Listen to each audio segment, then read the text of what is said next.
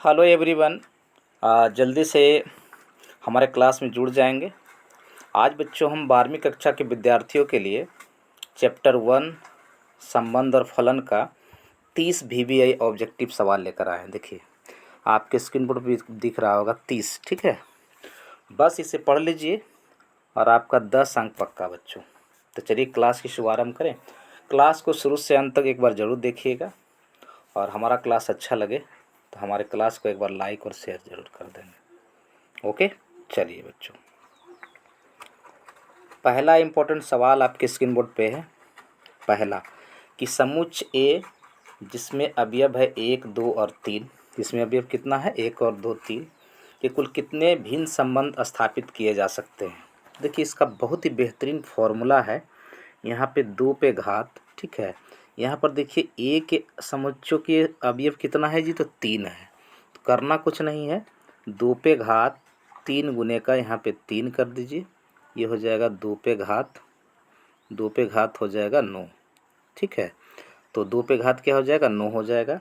तो ए is the right answer हो जाएगा बच्चों। ठीक है, पहला सवाल का ए इज़ द राइट आंसर है। बहुत सारे सवाल प्रीवियस ईयर में पूछे गए हैं। यदि सवाल देखिए प्रीवियस ईयर 2018 में पूछा हुआ है। ठीक है, चलिए आगे बढ़ते हैं और दूसरे इम्पोर्टेंट सवाल की ओर बढ़ते हैं जी। बहुत इंपॉर्टेंट सवाल है ये फंक्शन, ये चैप्टर बहुत ही बेहतरीन है जी। कहता है यदि F maps A to B हो, F maps A to B हो और फलन कैसा हो, एक आच्छादक हो, तो इसके लिए क्या शर्तें होगी। देखिए कुछ करना नहीं है, इसमें होता क्या है ना कि ए के अवयवों की संख्या यानी कि नंबर ऑफ ए, ठीक है, बराबर क्या होता है नंबर ऑफ बी होता है। नंबर ऑफ क्या होता है बी होता है, यानी ए के अवयव संख्या जो होती है बी के अवयव संख्या बराबर होती है, इसलिए सी इज़ द राइट आंसर होगा। एकदम सटीक आंसर है बच्चों। चलिए आगे बढ़ा जाए। और क्वेश्चन नंबर 3 देखिए ये भी सवाल इम्पोर्टेंट है। कहता है यदि ए में अवयव है 1, 2, 3, 2 में अवयव है 2, 5, 10 और 17 और एफ एक्स बराबर दिया हुआ है, एफ एक्स बराबर दिया हुआ है एक्स स्क्वायर प्लस का वर्ग, तो ये कैसा फलन होगा। तो देखिए सबसे पहली चीज़ है ना कि यहाँ सबको बारी बारी से आपको एक्स का मान है, एक्स का मान यहाँ पे है 1, 2 और 3, ठीक है, और आपको एफ एक्स में इस एफ एक्स में पुट करना है। यदि आप 1 पुट करोगे, यदि आप यहाँ पे एफ ऑफ 1 पुट करोगे, ठीक है, तो क्या मिलेगा 1 का स्क्वायर प्लस का 1, तो ये हो जाएगा 2। यदि आप यहाँ पे 2 पुट कीजिएगा, ठीक, 2 का स्क्वायर प्लस 1, तो ये हो जाएगा 5। यदि आप 3 पुट कीजिएगा, यहाँ पे 3 पुट कीजिएगा, तो ये हो जाएगा आपका 3 का स्क्वायर प्लस 1 यानी 10। तो ये जो प्राप्त हुआ ना ये हमारा परिसर होता है, ठीक है। और ये जो दिया हुआ है ये सहप्रांत दिया हुआ है, सहप्रांत दिया हुआ है 2, 5, 10, 17 और परिसर दिया हुआ है 2, 5, 10। ये बराबर नहीं है जी, इसलिए इसका करेक्ट आंसर जो होगा एकाएक होगा, लेकिन ये अंतःक्षेपी होगा, इसलिए ए इज़ द राइट आंसर हो जाएगा। क्लियर, चलिए आगे बढ़ते हैं। क्वेश्चन नंबर 4 पे देखिए बहुत ये बेहतरीन सवाल है और बहुत बार ये सवाल आपके एग्जामिनेशन में पूछे गए हैं कि ए में 2 अवयव है, इसमें कुल द्विचर संक्रियाएं कितनी हो सकती है। ए पे जितना बाबू अवयव है ना, तो ए में 2 अवयव है, तो करना कुछ नहीं है, 2 पे घात 2 गुने का 2 कर देना है, 2 पे घात हो जाएगा 4, यानी बोले तो 16। ठीक है, तो ये सी इज़ द राइट आंसर हो जाएगा। चलिए आगे बढ़ते हैं। क्वेश्चन नंबर 5वां देखिए ये भी हमारा फंक्शन को बताना है कि अंतःक्षेपी है, एक आच्छादक है या अनेक आच्छादक है या अचरफलन है। तो देखिए यहाँ पे भी वैल्यू पुट करना होगा। यहाँ पर देखिए एफ ऑफ एक्स, ठीक है, एफ ऑफ एक्स बराबर जो है एक्स प्लस का 5 है। बोले तो एक्स का वैल्यू पुट करेंगे तो उसमें 5 जोड़ना है, ठीक है। तो यहाँ भी परास आपको निकालना होगा, ठीक है, परास निकालना होगा। यानी कि यदि हम यहाँ पे हम 1 पुट करें, क्या पुट करें यहाँ पर 1 पुट करें बच्चों, ठीक है। यहाँ पर यदि हम 1 पुट करते हैं, 1 पुट करते हैं तो 5 1 6 मिलेगा। यदि हम 2 पुट करते हैं तो 7 मिलेगा, 3 पुट करते हैं तो 8 मिलेगा। यानी परासर जो है ना यहाँ पर सहप्रांत के बराबर है जी। तो क्लियर है कि आच्छादक होगा और एक्स का एक मान के लिए वाई का एक मान है, इसलिए आंसर बी हो जाएगा, एक आच्छादक होगा। ठीक है, चलिए आगे बढ़ते हैं। 6ठा नंबर सवाल क्या करता है कि ए क्रॉस बी के अवयवों की संख्या क्या होगी। ठीक है, यहाँ पे number of A cross B, number of A cross B, ठीक है, ये बराबर फार्मूला होता है ए के अवयव की संख्या। तो ए का अवयव है 3, तो यहाँ पर लिखेंगे 3 गुने, और बी का अवयव है 2, तो 3 गुने 2 तो कितना हो जाएगा, ये 6 हो जाएगा। ठीक है, चलिए इसका आंसर जो होगा A is the right answer होगा। फॉर्मूला याद कर लीजिएगा यहाँ पे। चलिए आगे बढ़ते हैं। क्वेश्चन नंबर 7वां। ये देखिए ऐसे सवाल बहुत बार पूछे गए हैं जी। ये हमारा द्विचर संक्रियाएं का क्वेश्चन है, क्वेश्चन नंबर 7। यहाँ पर देखिए आपको ये फॉर्मूला याद रखना होगा कि पहला ऑपरेशन दूसरा, दूसरा बराबर जो होगा ये हो जाएगा आपका फॉर्मूला जो होगा 1 प्लस 12 गुने का पहला, 12 गुने का पहला प्लस पहला गुने का ये दूसरा। ठीक है, तो यहाँ पे 2 ऑपरेशन 3 है, यानी हो जाएगा ये हमारा 1 प्लस 12 गुने का 2, 12 गुने का 2 हो जाएगा, और प्लस यहाँ पे 2 गुने का 3 होगा। बस इसको जोड़ दीजिए आप। ठीक है, यानी हो जाएगा 12 दूना का 24, 6 30, 1 31 हो जाएगा। 31 इज़ द राइट आंसर हो जाएगा, ए का इज़ द करेक्ट आंसर हो जाएगा। ठीक है, चलिए आगे बढ़ते हैं। क्वेश्चन नंबर है 8वां। देखिए जस्ट हमने पढ़ा था कि एकाएक आच्छादक फलन के लिए क्या शर्त होता है। यहाँ देखिए एफ ऑफ ए बराबर बी हो जाएगा बच्चों, यानी एफ ऑफ ए जो होता है ये परास होता है, ध्यान से सुनिएगा, और बी जो होता है सहपरांत। किसी भी फलन का यदि सहपरांत परास के बराबर है तो वह फलन जो होता है आच्छादक फलन होता है। ओके, चलिए क्वेश्चन नंबर 9। देखिए यहाँ पे परास निकालना है। देखिए यहाँ पर ध्यान दीजिएगा कि यहाँ पे x - 1 है या 3 - x है। ठीक है, तो यहाँ पे यदि परास निकालना है तो इसका परास जो होगा ना लिमिटेड होगा। ठीक है, तो इसके लिए कैलकुलेशन करना है। ठीक है ना, यहाँ पे करना कुछ नहीं है ना। मैं फ़िलहाल इस क्वेश्चन को लास्ट में बताऊँगा। ठीक है ना, इसमें जगह नहीं है। आगे बढ़ते हैं। ये सवाल देखिए बेहतरीन, क्वेश्चन नंबर 10। देखिए एफ एक्स बराबर 2x + 3 है, तो एफ इनवर्स एक्स, यानी सीधे यहाँ पर देखिए दिमाग में रखना है कि यदि एफ एक्स को हम बाई मान ले तो बाई बराबर है 2x और प्लस का 3। ठीक है, और हमको चाहिए वाई इन्वर्स। क्या चाहिए, वाई इन्वर्स चाहिए। ठीक है, तो देखिए वाई एक्स के दुगने से हमारा 3 अधिक है, यानी कि जो कितना अधिक है 3, तो करना कुछ नहीं है, जितना अधिक है उतना कम कर दीजिए, और बट्टा जितना गुना है उतना भाग कर दीजिए। अब चूँकि क्वेश्चन एक्स के पद में है तो आंसर भी एक्स के पद में होगा, तो इसलिए आंसर जो होगा ये B is the right answer हो जाएगा। ठीक है, चलिए आगे बढ़ते हैं। क्वेश्चन नंबर 11वां। देखिए है ना, ये भी टिपिकल क्वेश्चन है, लेकिन करना कुछ नहीं है, और इसका सीधा सीधी आंसर याद रखिएगा, सी इज़ द राइट आंसर होगा। ठीक है, चलिए क्वेश्चन नंबर 12। देखिए ये सवाल बड़ा बेहतरीन है। ये पहला ऑपरेशन दूसरा। ठीक है, यहाँ पर ये फॉर्मूला ज़रूर याद रखेंगे कि पहला ऑपरेशन दूसरा बराबर पहला का वर्ग और प्लस दूसरे का वर्ग है जी, दूसरे का वर्ग है।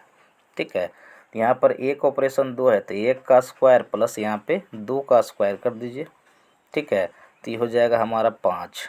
ठीक है, और देखिए फिर हो जाएगा 5 ऑपरेशन 6, फिर क्या हो जाएगा 5 ऑपरेशन 6, बोले तो यहाँ पे 5 का वर्ग और प्लस 6 का वर्ग कर देना है। 36 25, 36 25 हो जाएगा 61, इसलिए सी इज़ द राइट आंसर हो जाएगा। ठीक है, चलिए आगे बढ़ते हैं। क्वेश्चन नंबर 13 है। देखिए ऐसा सवाल बहुत बार आता है जी कि इसके किस तरह का संबंध है। तो देखिए यहाँ पे स्वतुल्य हो नहीं सकता है। स्वतुल्य इसलिए नहीं होगा क्योंकि इसमें अवयव का युग्म समान होना चाहिए। ठीक है, चलिए कोई बात नहीं। सम्मित भी नहीं होगा।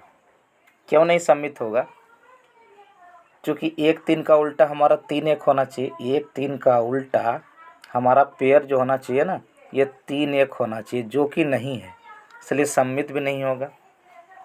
संक्रामक की बात करते हैं तो ये संक्रामक भी नहीं होगा, ये D is the right answer हो जाएगा। चलिए क्वेश्चन नंबर 14 की बात करते हैं। ठीक है, यहाँ भी देखिए इन्वर्स वाला क्वेश्चन है, तो यहाँ करना कुछ नहीं है। यदि आप दूसरे तरीके से निकालना चाहते हैं तो देखिए y बराबर ना ये 5x प्लस का 4 है। ठीक है, प्लस का 4 है, यहाँ से x का मान निकाल लो। x बराबर क्या हो जाएगा y - का 4 और बटे का हो जाएगा 5। ठीक है, अब चूँकि क्वेश्चन एक्स के पद में है इसलिए आंसर हमारा एक्स के ही पद में देना होगा। तो यहाँ y बराबर जो हो जाएगा ये हो जाएगा x माइनस का 4 और बटे का हो जाएगा 5। ठीक है, तो इस तरह से ये हो जाएगा आंसर सी। चलिए नेक्स्ट आगे बढ़ते हैं। क्वेश्चन नंबर 15 क्या कहता है कि इसमें ये कौन सा संबंध है जी। यहाँ पे ए का मान देना चाहिए था जो कि क्वेश्चन में नहीं मेंशन है, मैं ये कर देता हूँ। यदि ए बराबर हमारा 1 2 3 है, 1 2 और क्या है 3 है, याद रखिएगा। तो ये समतुल्य नहीं होगा चूँकि यहाँ पे है ना सभी युग्म समान होना चाहिए, यानी 1 है तो 1 1 होना चाहिए, 2 है 2 2 होना चाहिए, 3 है 3 3 होना चाहिए।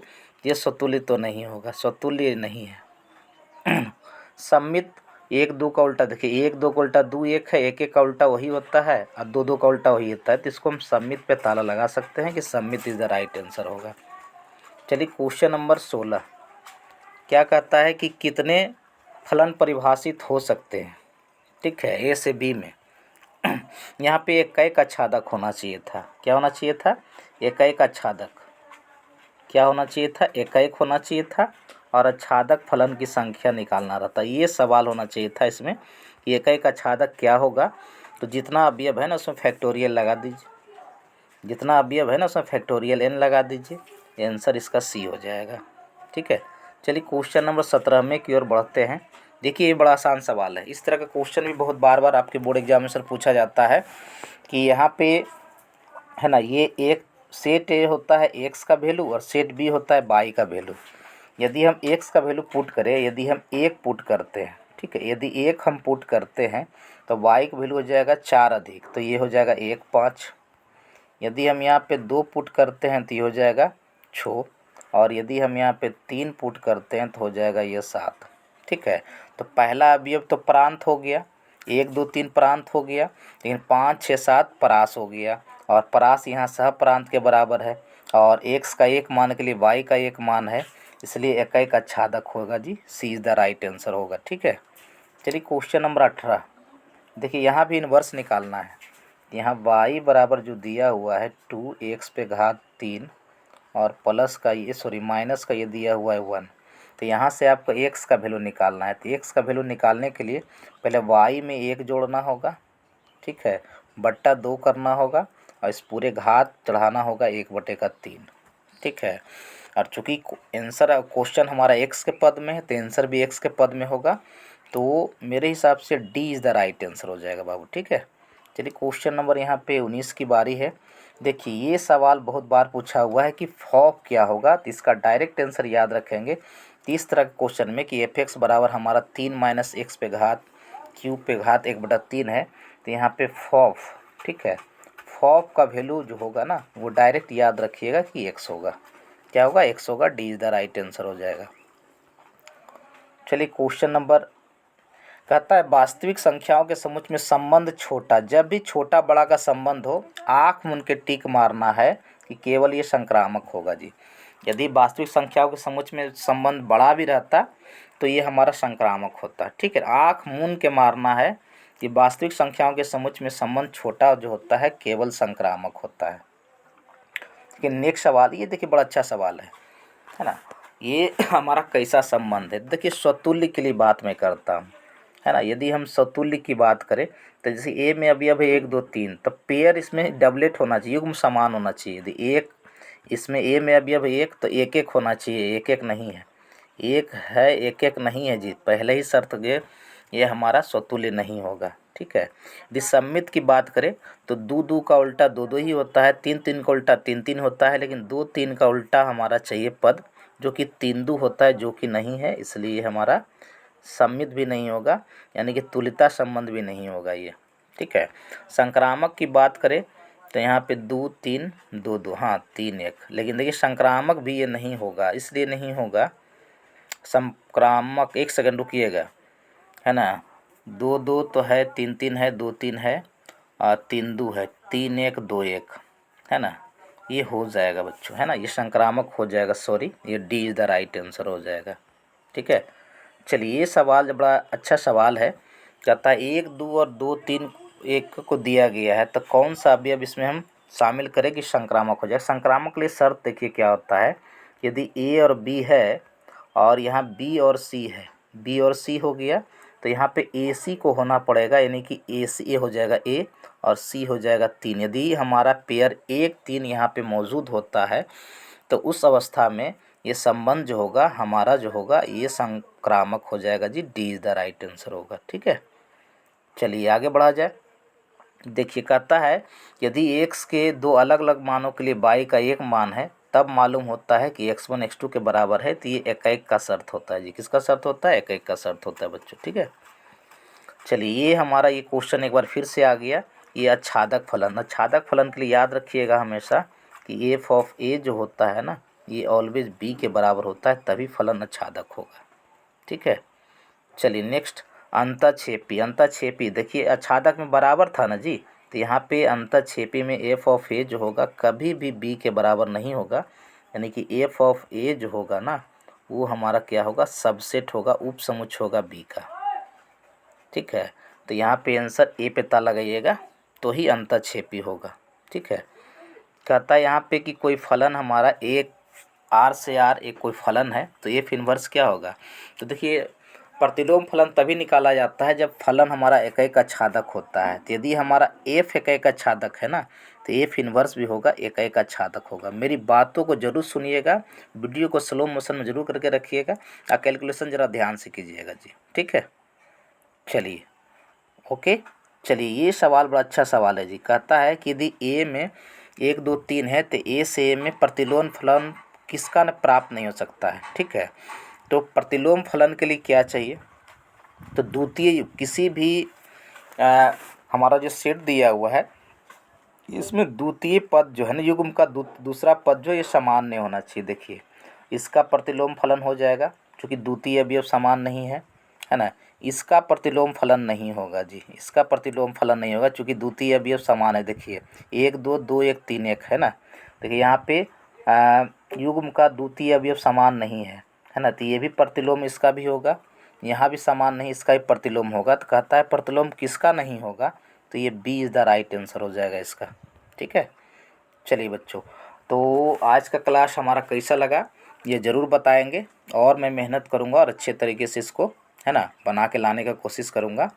ओके, और पूरी क्लास को देखना है बच्चों, ये है ना बिल्कुल ध्यान में रखिएगा।